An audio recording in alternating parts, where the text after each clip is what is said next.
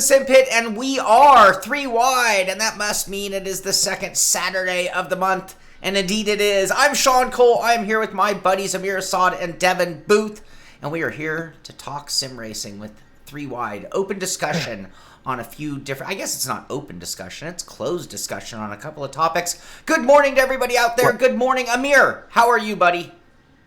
I'm good, other than my little internet outage I'm going through right now. I'm good. But I'm here on the show through my hotspot. Yeah. You look like what I'm seeing on TV all over with everyone trying to like broadcast from their home like it's no big thing, but then you look at the sync and it's all out of whack and Devin, how are you today? I'm doing well. We had sewage explode, so I'm not looking like I'm here, but I'm probably feeling much the same. So you are both full of all right. The Monday's on a Saturday, let's put it that way. Case of a Monday's on a Saturday. Awesome. Well, we have a couple of discussions. The whole point of 3 wide is being able to really bounce some ideas off of walls and off of each other's brains and kind of brainstorm them out. I mean, this is the show that honestly I hope the whole industry watches, because if you're a developer out there wondering why our sales aren't where we want them to be, if you're a hardware manufacturer out there wondering what is it the crowd really wants, this is the show that you're going to really hear the secrets of what the community wants, both from Amir, Devin, myself, and all the great chat out there. So our first topic, which I'm going to lay out the topic and then I'm going to shut up and hand it over to you guys. This first one comes to us from Tom. So Tom, thank you so much for sending in Tom Jones. My hero. His topic, and I think this is one we talk about, but maybe it's a good day to really kind of just really bring it home. But what is our take on the evolution of sim racing? Sims of 20 plus years ago had rain and pit stops, right? I mean, and we still argue whether a sim should have that today. So what's next? Is it just going to be ever so slight graphical improvements? Wow, look at the shading on those clouds. Is it going to be Forza GT approach? Over 2,000 cars, and that should impress you? I kind of think one area that is really missing is all the things that go on at a race that aren't included in the sims, such as people walking around the pits, drivers getting interviewed, PA announcements, crowd noises, vehicles driving around the infield, heck, people walking around the infield, stuff to really make the race feel like a live event. All right, well, that is a pretty deep question that touches on a lot of things, some of them in Sims today, some of them maybe on our wish list. Who wants to go first today?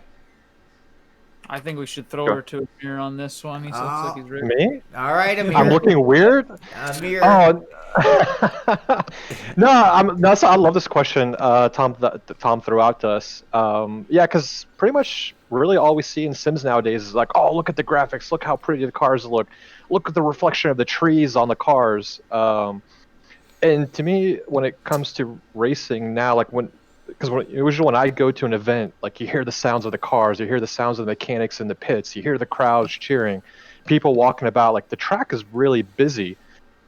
Even when the cars aren't even out on track, and when we're playing iRacing, R Factor, or any of the other sims, it just seems like the track is dead. And I would love to have that, like when we're doing our oval races, as we're driving by the grandstands, like hearing the crowds cheer as we're driving by, like that makes it a little bit more. That just pulls you more and more into the sim itself. So like that's where I kind of wish you get the big sims that we get more into it. And I know like iRacing, little by little, they've been doing little updates to, like they've introduced the pit crews. When you go into the pits, at least on the oval side, you see the pit crew walking around, running around the car.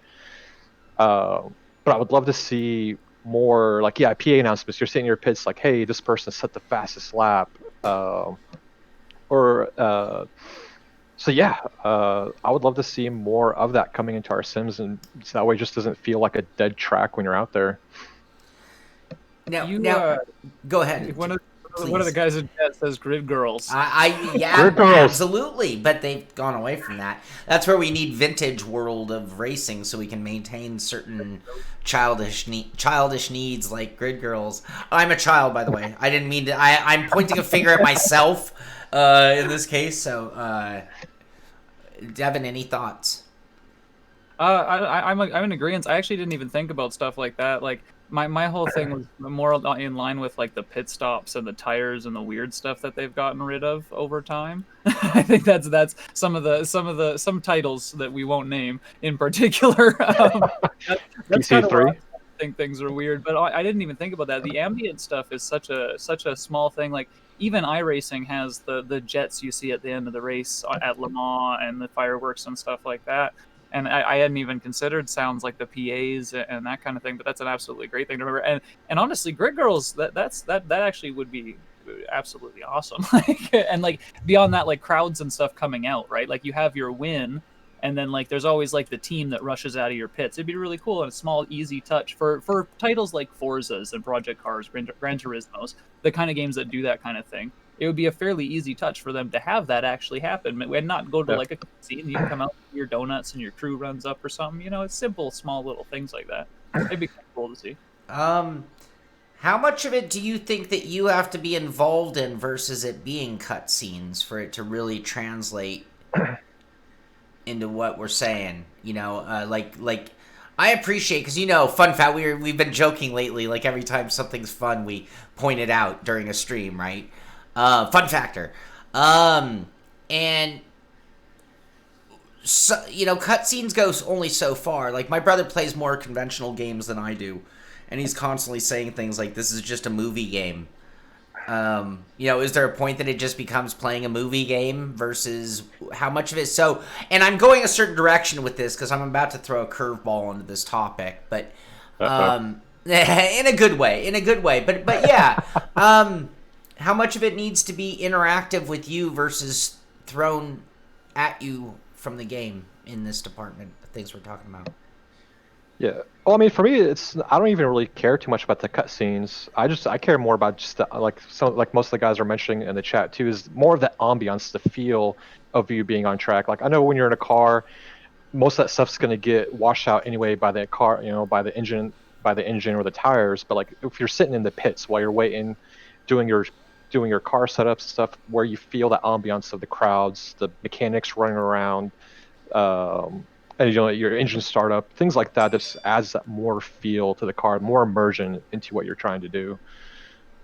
Somebody brought up ACC too. That's a really good example of something that does fairly well. And it's really nice how you hear it muffled, and the games are trying to. So like we are seeing it. We are talking about the evolution. We are seeing it get there in some titles, but some titles are going backwards. Well, so I'm glad you PC3. mentioned that because I've been holding out on mentioning ACC with their ambient PA sounds. And I got to tell you, the first time I was sitting in the garage and I was listening to it, I'm like, man, that's awesome. That is track atmosphere. But then it only took about 59 seconds before I realized it was just a silly loop.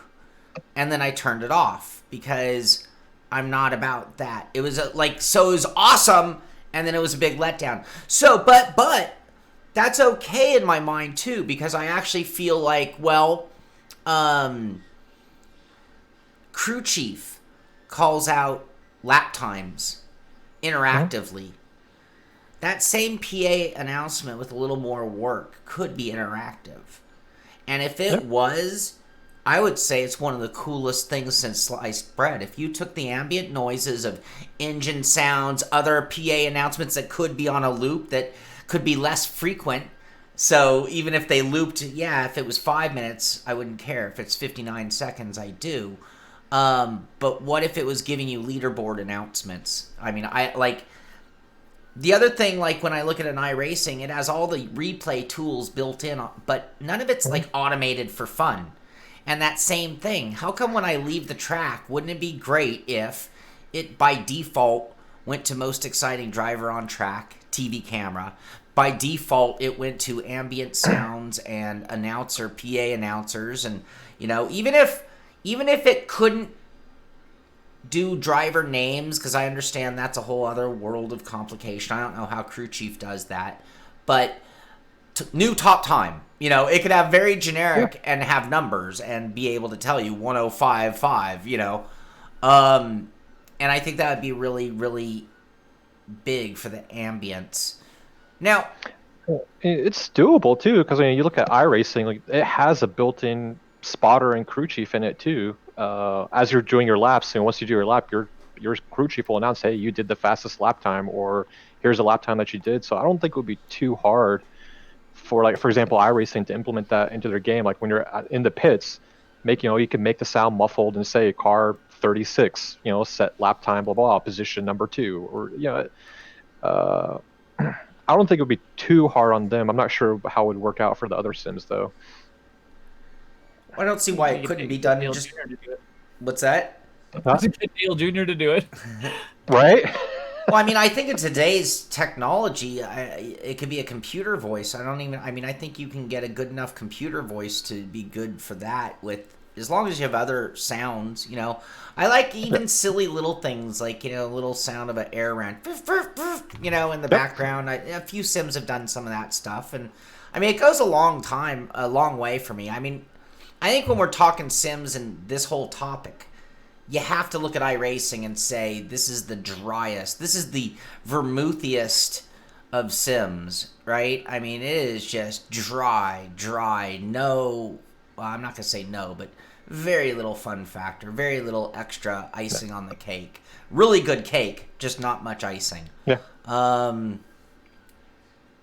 Okay, so how much does this topic change? And I'm going into, this is one of my favorite little sidetrack topics. How much is this is affected by virtual reality? I mean, what you can do in virtual reality on this topic across the board is completely different than what you could do with a static situation. There have been some things that were proposed on the topic of VR in particular that shouldn't be they're probably hard, but your head turning in the car. Like your actual head turning. Because you turn, right? The game knows you turn, the game knows you look, it's modifying your view model. How hard is it? I don't know, but how hard would it be to get that helmet to turn? It's been done. It was back in the days of a look left, look right button, not VR. But you could see if the driver next to you was gesturing or turning their head. And that is a really good topic, because this is something that I think would be very awesome in VR especially.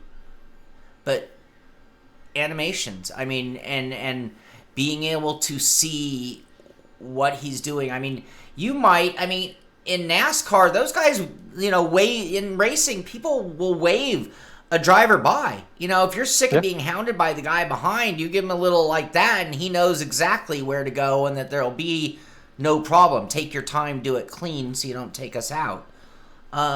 Gestures could be a positive thing as well.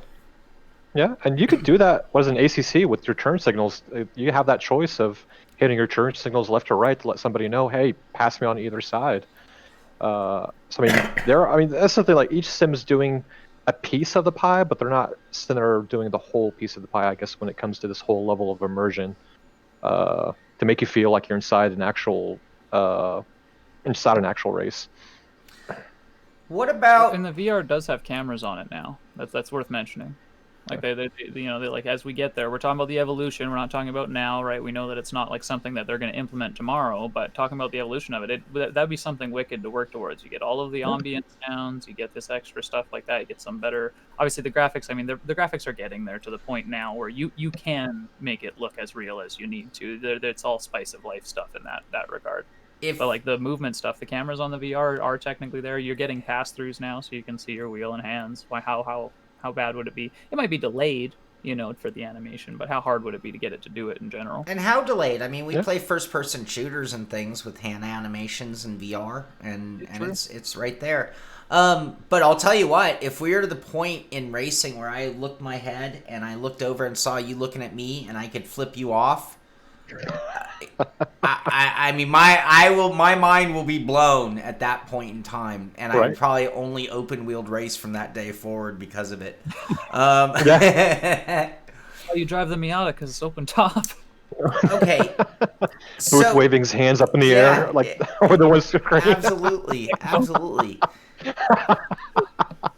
So for me, you guys know one of my favorite movies is Ready Player One.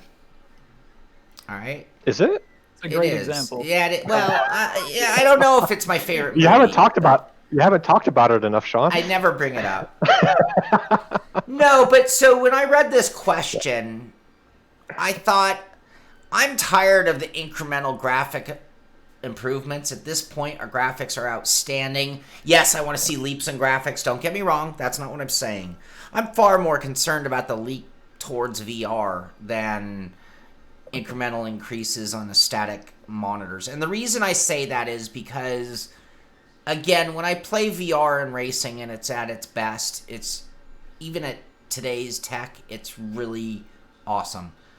And I think that if the game companies went all in on that concept, that it takes us one step closer to Ready Player One. And in reality, when we talk about atmosphere and crowds and interviews and PA announcements, I mean, this is really dreamy and maybe unnecessary for a lot of people who are going to just say, oh, I just want to race. But I think it'd be really awesome if when you got into a room that you were dropped into the paddock in your driver tar and you walked around and you maybe had conversations. So if you're within a few feet, 6 feet, of another player, that you could talk and they'd hear you, but somebody 30 feet away wouldn't hear the microphone, wouldn't hear the like true life atmosphere of a paddock, and then having to walk over and get into your car. And sure, unnecessary, yeah, but when you incorporate that and PA announcements and, a leaderboard that all the drivers could be sitting there under the leaderboard watching qualifying one by one, I don't know. I think there's a lot of atmosphere of real life that to me, when you add that layer of immersion, you also increase the butterflies in the stomach. So when we're trying to reproduce the real life atmosphere of racing, I cannot even compare the difference of getting into a race car on a grid versus 99 out of 100 grids in sim racing I've been in. Now, that doesn't mean I don't get nervous. I left that one, when we do a 24 and I'm first driver, man, I was going to say, crap in my pants. It's actually the opposite. I'm making diamonds. So the intensity, I think, gets increased. But that, to me, my vision is so done with static monitors, and I want that world. But I know some people are going to say, "What? I just want to race." I mean, It's good to have both. That's the thing. So we talked in the beginning. Amir mentions ambience, right? We talk about the grid girls and the fireworks and stuff like that, and then we also talk about like the things like being able to wave our fucking hands. And sorry, excuse my language, but like that kind of stuff. They're just nothing things, right? So it's just there are going to be things for everybody, and it doesn't mean you have to do everything, right? You can always press X to skip. Or enter to skip or whatever, and that's something that I think it should be retained as well. But it's still worth talking and seeing where it would go over the evolution of it, as the topic said. Have you guys played the game Wrench? No, I've seen people similar.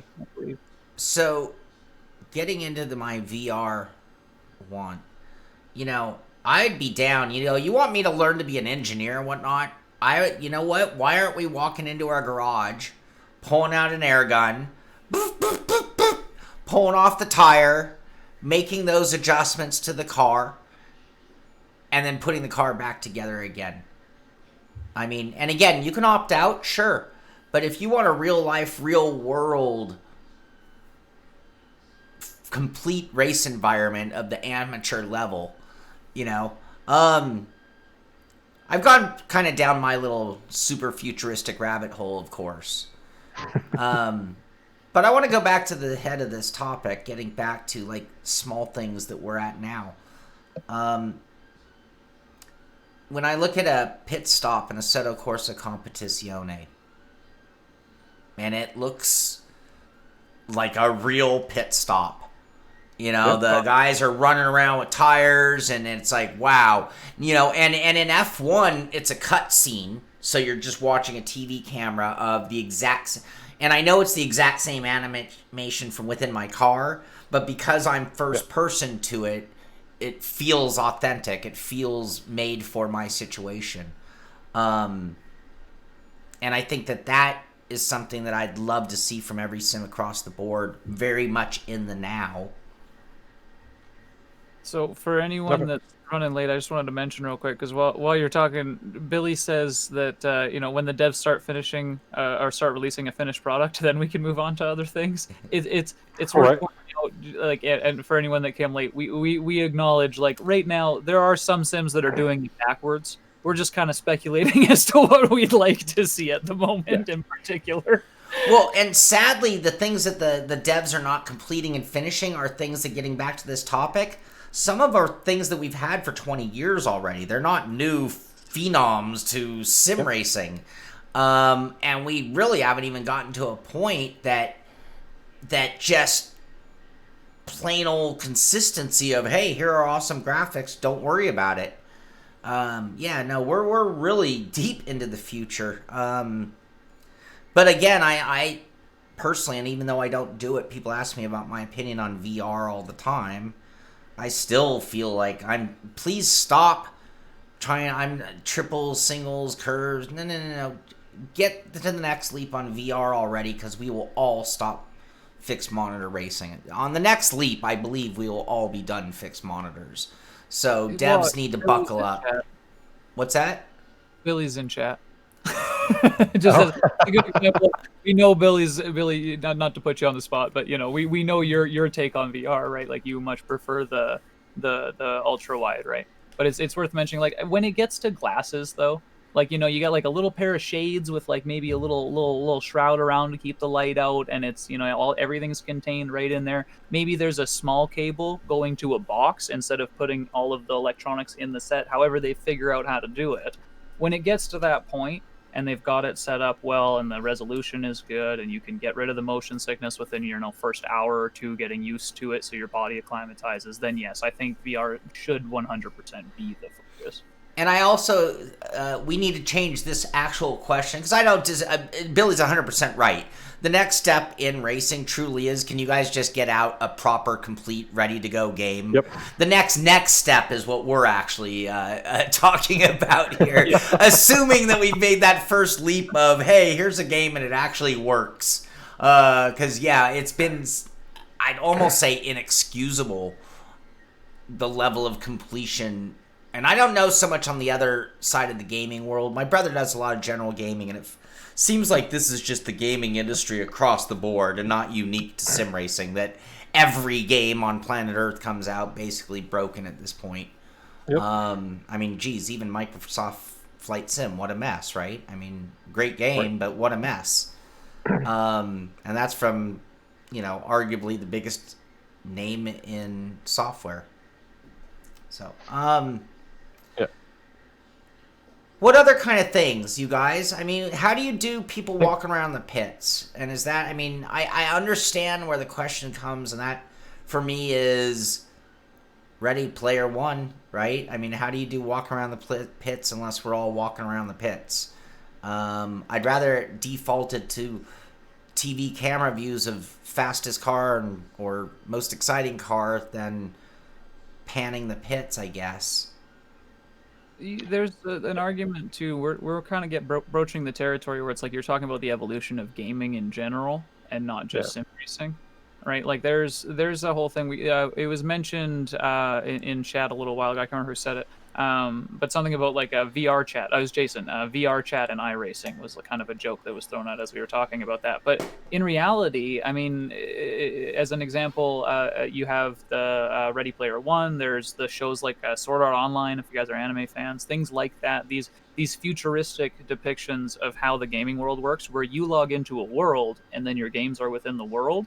In another 2 to 3 years, if VR takes off, it's not beyond the realm of possibility to start seeing that kind of thing start. It's not going to be in depth. We're not going to be putting on a nerve gear and going to sleep and playing video games as much as that would be. It could be done poorly right now.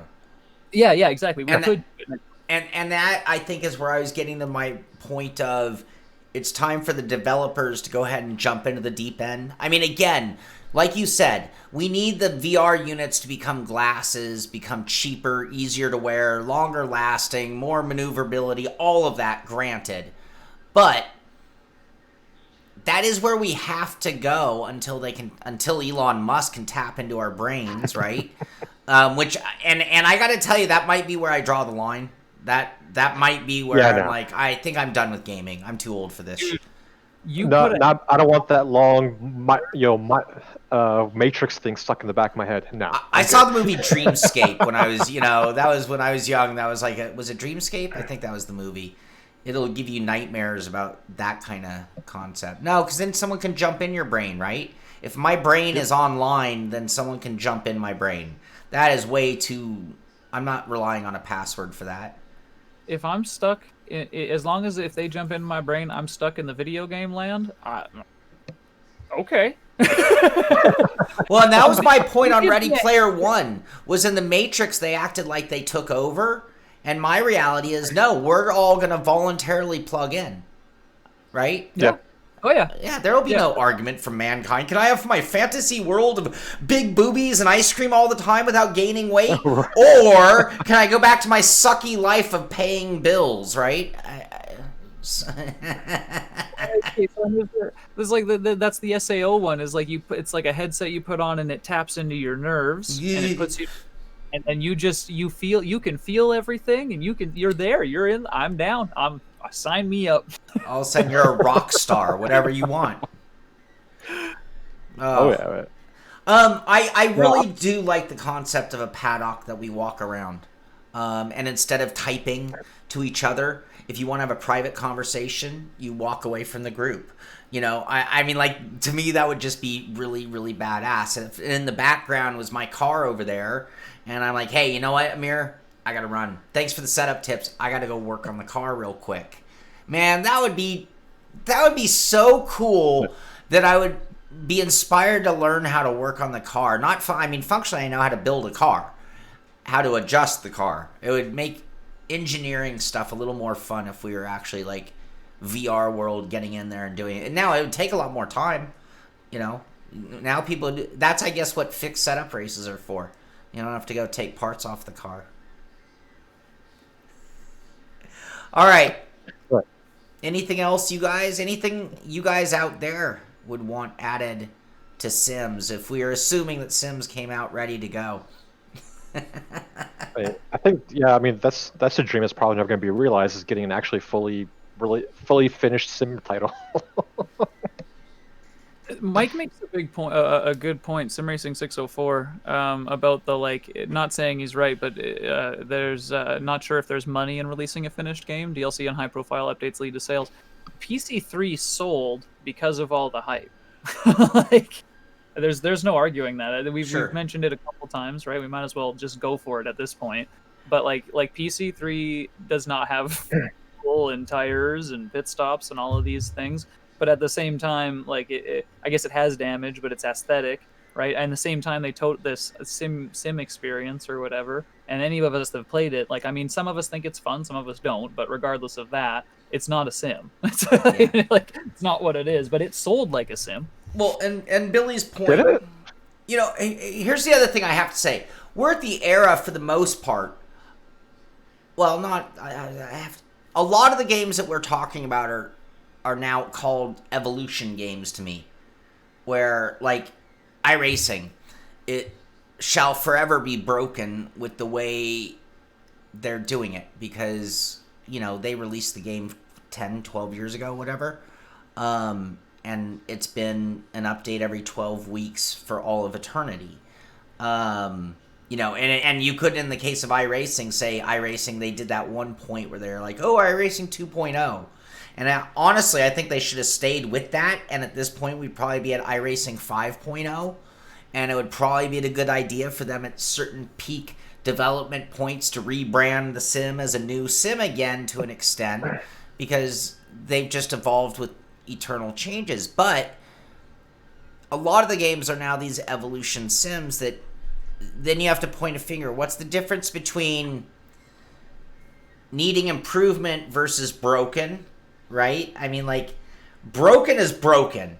My game locks up. My game freezes. My game crashes. My game won't work with my controller. My game...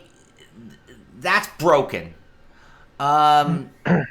Updates could be, graphics, sounds, physics. Everything else you can keep improving as long as it's functionally working. But when I look at Fortnite's the most successful game, right? Yep. And it's free. And I would argue that I'm sure I played it once. I'm assuming it has made lots of changes to the game and the content, the DLC being what makes them the wealthiest game company, or at least the highest earning game company on Earth. There's is a lot to play too, but you kind of bring something up. Real Racing 3 would be more aligned with what we do. You remember that? They had all the esports competitions. That's free, and it did well. I'll tell you what. If we were in a Ready Player One of driver tars and walking around the garage, this is me, I would sign up for a system that didn't allow me to paint my car, but I had to buy a paint scheme. So you want to talk about making money on DLC? If it's an open world walk around environment, I will pay money for my driver's tar, my driver's suit. I will pay money for my cool car paint job, or and I don't want extras. It's real racing. I don't want this isn't Wreckfest where we're doing upgrades and things. I'm just talking straight up cool paint jobs in this new environment. I mean, I think they could get a lot of DLC out of my wallet, a lot of money out of my wallet for DLC in a true racing environment. Even stupid things too, like purple anodized tools, if it had that working in the shop. I mean, but I mean, I would be all in. I mean, great example for me. I played World of Warships. This is very far off topic, but it's on point, I think. It's a free game. And I played it for a long time, and you don't need to buy anything to play it at the highest level. Like, there's no advantage to paying money. But in the end, I had so much fun playing it for so many hours that I went and bought content just kind of to pay the developers for the amount of enjoyment they've given me. Because I think of how many games I paid $60 for and hated and threw away. And I'm like, I haven't given these guys a dime. So again, I think given the right environment, using a Fortnite model, I think there's a lot of room for that. I mean, I'd pay for upgraded noise packs. We talk about ambient noises. What if you had to pay? What if it was, hey, give us $3 and you get the ambient noise pack? Does that not exist already? If you think Race Room Experience. For car packs and drive guitars? Yeah, Fortnite style, just more of a Fortnite style game. Like, I mean, obviously it would need some tuning to be more in line with Fortnite, but the free to play model where you buy the additional, yes, that does technically. And as I understand it, I heard that they were going to a pay model soon, or that something was changing with theirs. I'm not sure if that's just hearsay or not, but I thought I had read something about that. Mm-hmm. But in sim racing, for some reason on the PC it doesn't seem to work as well. But maybe if they were to bridge like Real Racing 3 and a title like that and make it more simmy, maybe it would work. I don't know, but it does kind of exist. All right. I don't know. Anything else on this particular topic? No, I think I'm good. I think we kind of beat the horse to death. Yeah, we can't talk about Wow Factor without talking about the career. So, Sean, right. For this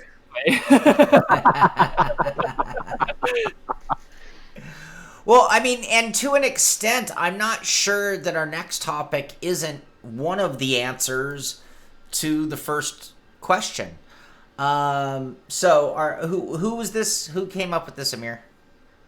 No, this one, I think this topic was just building off of the topic that Tom suggested us earlier. It was just out. Because I was reading it. Now I was reading a topic on Reddit about how great a career mode is for the newest beloved sim racing title that's out there. I won't mention names. So I figured, I'd bring this topic into us. So Because I mean, we've seen it in a couple of sim titles, and we're talking about do us as racers, do we want to have a more expanded career mode in sim racing? Um, so we've seen it in the Formula One games recently when Codemasters, as they've expanded the career mode in that, where now you first start off, you did a mini season in the car, you start off in the slower cars, and you work your way up with contracts, and you did pit side interviews with, and depending on how you did your interview, depending on how many points you earned towards the team that was looking at assigning you. And I think I don't know about this, Devin can bridge this gap with me too, but because I've heard a lot of people talking about, despite Project Car 3's flaws, a lot of people are talking about how great the career mode is in that. So, and that's for me, I guess that's what I was bringing up. Like, do we want to see more of that also in our sim racing titles? An actual career mode with iRacing, R Factor, Race Room, and those ones. They're actual sims. So there's two titles out right now that just came out that both do this really well. One that fails because it's Project Cars 3. Or sorry, one that fails because it's actually Grid, but it's called Project Cars. That's how I should. I was Need for Speed Shift. Oh yeah, that's Need for Speed Shift. It's trying to do to me. I haven't played Shift in a good few years. But the other one is WRC9, and thank you, Mike, for reminding me, because I mean, I'm doing just subtle shout out. The Simpit has WRC9 content coming out all weekend. But yeah, we're doing the career mode right now, and if you have looked at it, pardon me for kind of repeating it, but it is really in depth. And this is when we're talking about wow factor, when we're talking about the ambiance, when we're talking about all these extra little bits of things that you can do.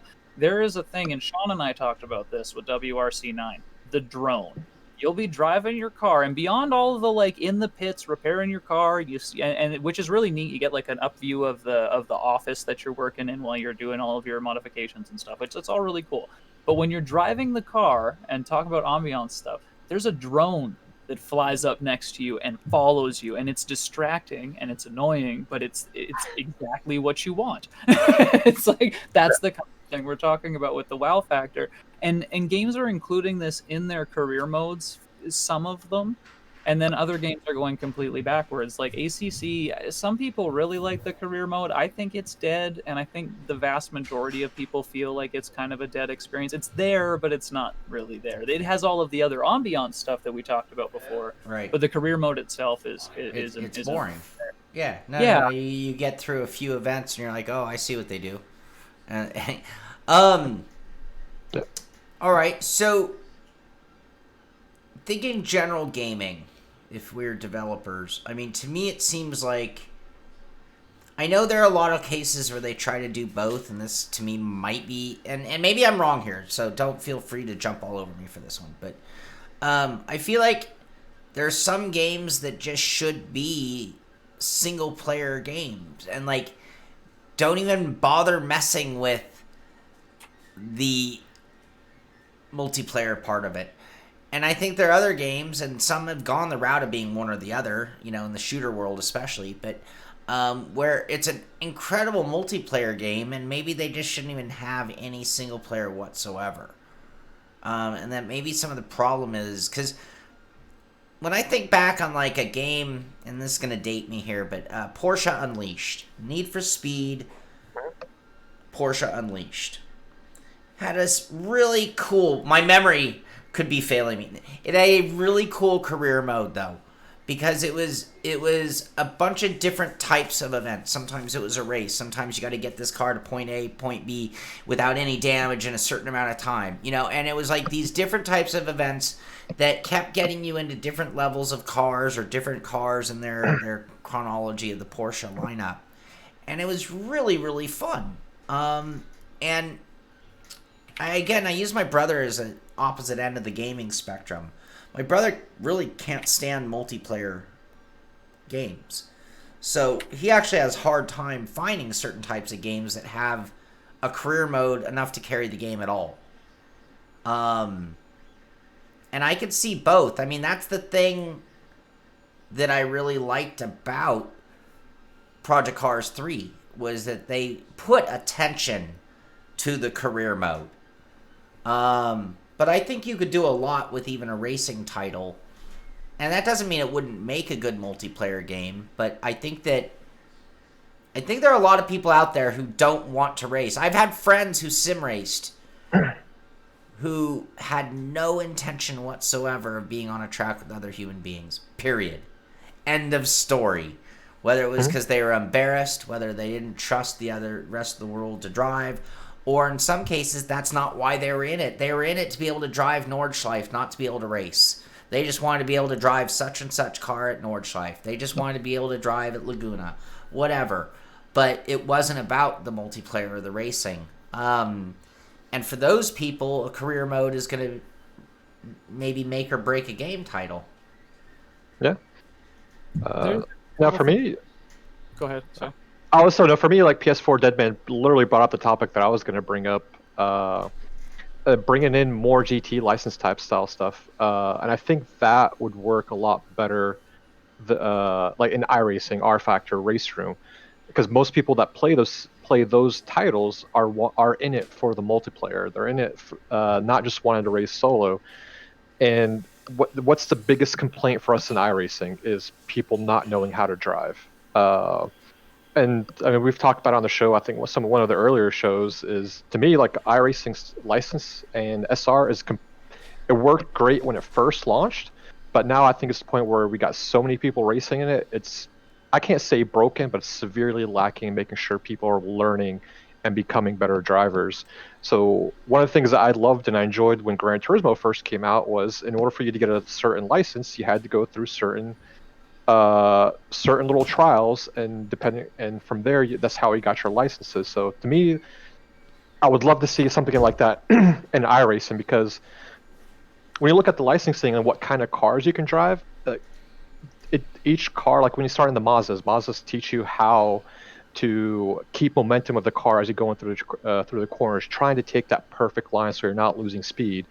Once you get that license, then you can move into the Skippies. The Skippies teach you more about maintaining the control of the car. Then going into the Porsche teaches you about braking, also keeping the car stable.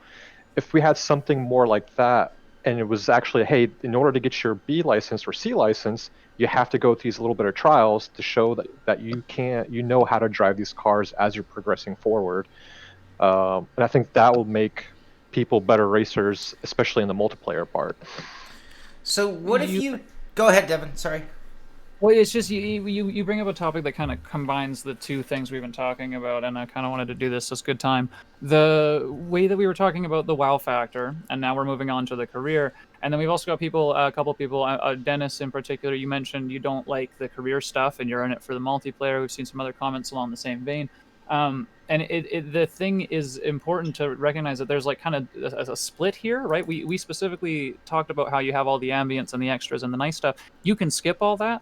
The main thing for a career mode, in my eyes, and I think most people would agree, is the training side of things. It's learning how to play the game, because that's any game you play an RPG. The first 10 minutes or to an hour or 2 hours in some cases is tutorials, right? Why is it any different in a racing title? So like we talk about Gran Turismo and how they have their licensing, and you get your rookie licenses, and you drive like crappy cars and you get into faster cars. Talking about iRacing, like we talk often about different proposals to make things better there, and I've always thought with cars in specific, like if you want to bring people into iRacing, make all the cars free until you do a licensing exam, and then you pay the car and race the car. So it's like LMP2 comes out, you want to go test it out, okay, go grab it, drive it on a track you own. But until you do the little like licensing Gran Turismo styled training program, you can't actually race that car, and you don't have a license to race that car. And that would kind of make it so that people that are looking for career modes are getting them in a place they're not expecting, because you wouldn't expect a game like iRacing to have that. But iRacing in itself is kind of like a career mode. You're spending real money gaining your license, gaining your skill in order to race the higher splits. It is kind of just already like that. It's just very personal control. And you'd be adding aspects of things like Gran Turismo to more fully complete it. And then on the other side of things, other titles, like when we're talking about our Assetto courses and stuff like that. And Assetto Corsa, we should mention real quick while we're talking about that they do a good job. Assetto Corsa has the thing where while you're in the career mode and single player races, your license still counts, and you have to do like, what is it, 3 clean races on every track if you want to be able to race every track or 3 clean races on a track or something like that in order to be able to race online with it. There's a whole bunch of things like that. And those are good steps in towards that direction. But the training side of things, like how to draft, it's not that hard to program an AI to hold an outside lane. So you have to pass as a car, a faster class car, and you have to take the inside and you have to do it with no contact. That kind of stuff is fairly simple to program in, so just make people do it. So enhance the driving. So what if a game company developed a sim, kind of copying iRacing to an extent, but I can simplify the equation a whole lot, because in my mind, what would be really awesome is to have a sim that has a really simple ladder. Okay, you want to be a Formula One driver? Cool. You're starting off in a go-kart. You go to the Skippy. You go to a F3, F2, and you work your way up the ladder. But it's not just two, simple races, not these simple basic MPI requirements of an iRacing, but that you need to truly graduate up the ladder. And maybe part of your final test between sessions is a skills test, like Amir's talking about. So that before we even give you a go-kart, here's, just like Gran Turismo, go through this S, you got to get it in, meet the driving line and the time. Cool. Now you have your rookie license, get a kart. And then after you've proven yourself, not just 1 or 2 races, but maybe even a full season, you can actually... And what I'm talking about is kind of creating a multiplayer environment into a real-life racing league. And then doing a similar thing and making the I rating and the safety rating 10 times stricter than where iRacing is today. One of my big gripes in iRacing is that because their license system is just road or oval, the Miata is the greatest example in the world, because the Miata, a rookie car, has the biggest gunslingers in the world run the Miata. So despite it being the rookie car, you were going to run against guys who are equal to every alien on planet Earth running in the Mazda. And so but at the same time, some of those guys are so good at the Mazda, but throw them in a Porsche GT3 and they're just another guy. The skills don't translate, or they're so honed in on that one car, but they're just an average driver in anything else. Did Max come make a camp? Hey, buddy, what's up? He did. So, and that's why I kind of love the idea or concept of having like a ladder system that really kept everyone on the same track. The other thing that I don't like in iRacing, well, this is more about multiplayer and career mode. We've kind of gone right back to the old roots here. Sorry, but I'd love to see, if you're going to have a multiplayer game, there's a way you can create a career mode into even a multiplayer platform if you want. Now, it's counterproductive to sales. I don't think iRacing wants to throw out 75% of the cars they have, because that wouldn't be, it would be very hard to do that to the degree of content that they have. But, I come back to Porsche Unleashed. I didn't need a friend. I didn't need an online service. I could play that game for a couple weeks straight, just trying to get to the top test driver position that they had, or whatever it was. If I could play Need for Speed Street or a Pro Street, that was the one I think. Yeah, Pro Street. If I could play Need for Speed Pro Street with iRacing graphics and R Factor force feedback, I'd be down. Right. This sounds good. Oh. Yeah, it's I guess we're talking about that in multiplayer titles. But there's other racing games that are out there that they're even lacking in career mode too. Like when we talked about, we're talking about some of the Need for Speed games, like not Porsche Unleashed or anything like that. But like for me, like I think the game that probably did career mode the best is still the F1 titles. because you go from there. Like even now, like the last title, you start in the lower classes in F2, and you have to work your way into a Formula One team. You start off with a crappy team, and depending on how well you do, just for not even just as a driver, but how well you interact with your team and then with the interviewers, depends on what car you drive the next season, how long you can last in those cars too. All right, I'm gonna go back to Ready Player One again. I have this I'm gonna start a game company. That's it. You're out in practice. You hit the wall. You get back to pit lane and you need to tear that fender off.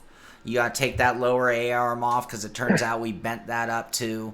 The brake disc get cracked, and not only do you change the parts, but you are paying for the parts in your virtual racing account. And the goal is to get to the top level of racing on winnings, and every time you bankrupt, it's all the way back to the bottom until you learn how to take better care of your equipment. And the repairs are costing you time. So in WRC, one of my favorite parts is the repair stages, right? And if you really have beat the snot out of your car, you know damn well they're only going to fix about half of it. And you know that's going to hurt you when you get back out on course. It'd be really fun to have that kind of thing incorporated into our everyday racing. I've been saying this since Billy did GTR 2. You and Billy and all of the other guys, you know, racing forever and have iRacing contacts need to get what is it? I think safety rating by class. Was that the licensing by class was the one I think most people seem to say. Yeah. You know, and we need Billy's GTR 2 spreadsheet. This needs to be public. We need to get this going. Yeah, in Ready Player One, when you hit the wall, the fender just turns into gold coins that everybody else gets. You're right. Oh, I love this idea, man. I want a real race weekend. You get there, you know, Friday night lights. You know, pull the car off the trailer and get out there and practice. And that's the other thing. We have so much unlimited practice in sim racing that it changes it from being the motorsport equivalent in any way, shape, or form. Because we have more laps than even Lewis Hamilton at any track on planet Earth. You know, if you added up all of Lewis Hamilton's times at Monaco, you know, well, I don't get to drive Monaco much because it's not in, but it doesn't even compare to the amount of hours of practice that we've all put in on whatever tracks we're racing and ready for. But I think it'd be really fun if you got to an event and you were on a very strict clock and all of a sudden all that practice does pay off because tap of the wall, that's 15 minutes of repair and $2,500 out of the team bank. And now get back on track, but you only have 45 minutes left in practice. You know, I tell you what, if they did that, our racing would be different. Because if someone crashed you, you'd be like, you effing piece of... You know, can you imagine how ups... But because think about real life racing. A little crash ends up in some fist fights in the garages, right? Yep. Well, and you can do time acceleration, like for just as like a throw out there. For instance, iRacing could do the first practice session as a half-hour practice, and it could be accelerated time, and it could simulate that time, and you could simulate it over a short amount of time, still have it cost you, and not have it become cumbersome. Like there are ways to do the ideas that have come out in ways that aren't obstructive either. And I think a lot of people would sign on for the long version of the event. You know, I look at like you look at your typical sports games, and like in the baseball, there's versions where it like only lets you be in the moments that you're in the action, or you can literally play all 9 innings. And you know there are people who play all 9 innings because they're just fucking hardcore. Excuse my language. Sorry. But I'm not alone. And I think that a lot of people in sim racing are looking for a different kind of fun factor. Looking to I think a lot of people in sim racing are people who either used to race, do race, or wish they could race. And if that is a good amount of the people here, then I think a lot of them are willing to sign in for the 4-hour one race night. just like you would when you go to Irwindale or when you go to whatever your local track is. And sure, we all aspire, but even think about NASCAR, it's even worse. You go to the track, and yeah, it starts on Thursday, but those guys don't have endless track time, and if they crack up a car, they miss all of practice. I think it'd be really... Does that still exist? Does that even exist? Oh, I blame David. But I would do it. I would fix the car. I'd pay for the damage. I'd take the consequences of every single action and carry them over into the next race through the whole season. That would be my favorite game out there. Give me VR and walking around in the paddock, and oh my god, spreadsheet. I'm telling you, we need to. Billy, send your spreadsheet to iRacing. Right. We need we need a company. No offense to we need a company with much bigger, broader, open vision, though. And I really think it has to be a new enterprise altogether. And get big enough before Codemasters buys it from you. Oh.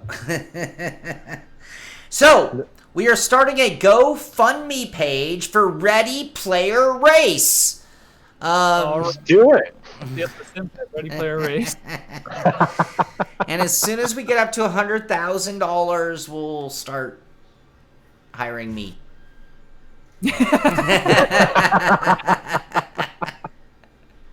We can scalp. We know you. We know there's guys that make video games out there. You want to come? You want to drop? Yeah. Right.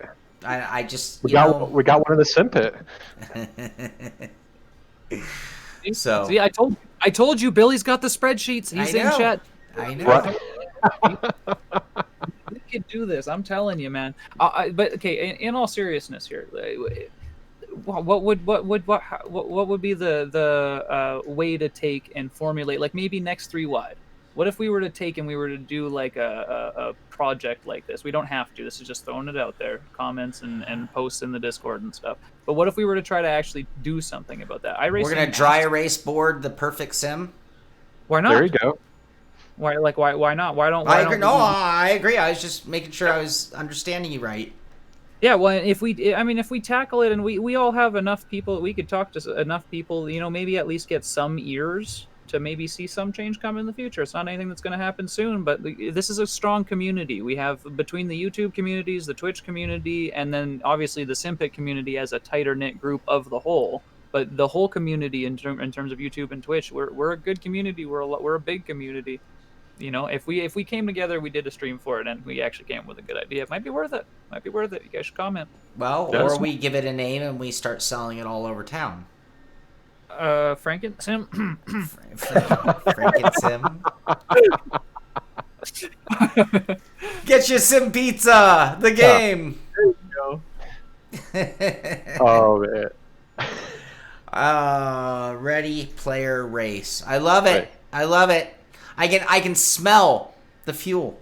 Being in the paddock. I get it. That'd be the last. That'd be the last update we do to the sim too. We add smell to it. I'm telling you, we're gonna be there. I just wonder how much of it again. When will it go neuro? Because it's just easier to do those things and create scent machines and whatnot. I'm pretty sure we got Elon Musk working on it already. Oh yeah, that's his thing. He's there. That's his path. Yep. It's all in the chase of grid girls, sense, and being able to finger the competition. Right. Neuronet. Is that what he's calling it? Neuronet? I think that's his thing. Right. Yeah. For the older guys, how cool would it be to relive the life of James Hunt as a race car driver? Racing, booze, and girls. There you go. Yeah. Like I said, we need if we get this, we need to go vintage real quick. They clean things up way too much for it to be as fun as it was back in the day, right? Right. The ultimate career mode. Because it sucks when you don't win. You go home all alone in a dirty trailer. You win, it's champagne, cigars, and girls, right? That's the winning life. Yeah. Oh, yeah. If you fail, you end up in a cardboard box under a bridge. When you get back to the Ready Player One version, again, with victory, right, comes the celebration.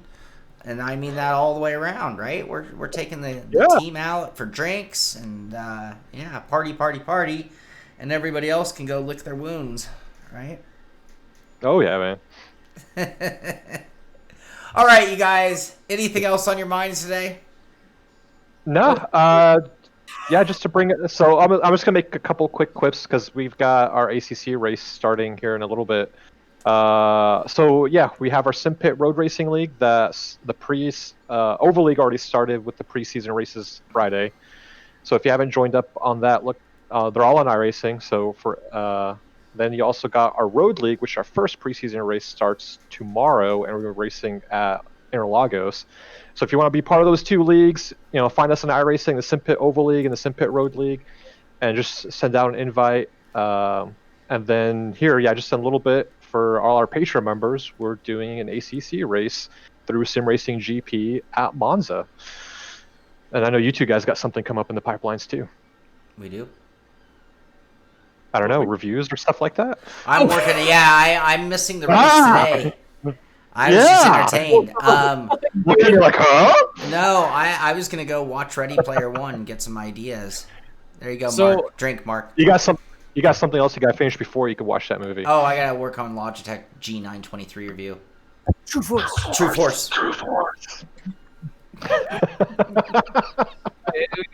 Logitech review. We got WRC9 coming right away. On the back burner and kind of subtly on its way would be ACC and Project Cars 3. Those are the four things that are in the works, two of which, again, Logitech review and WRC9 coming sooner than later.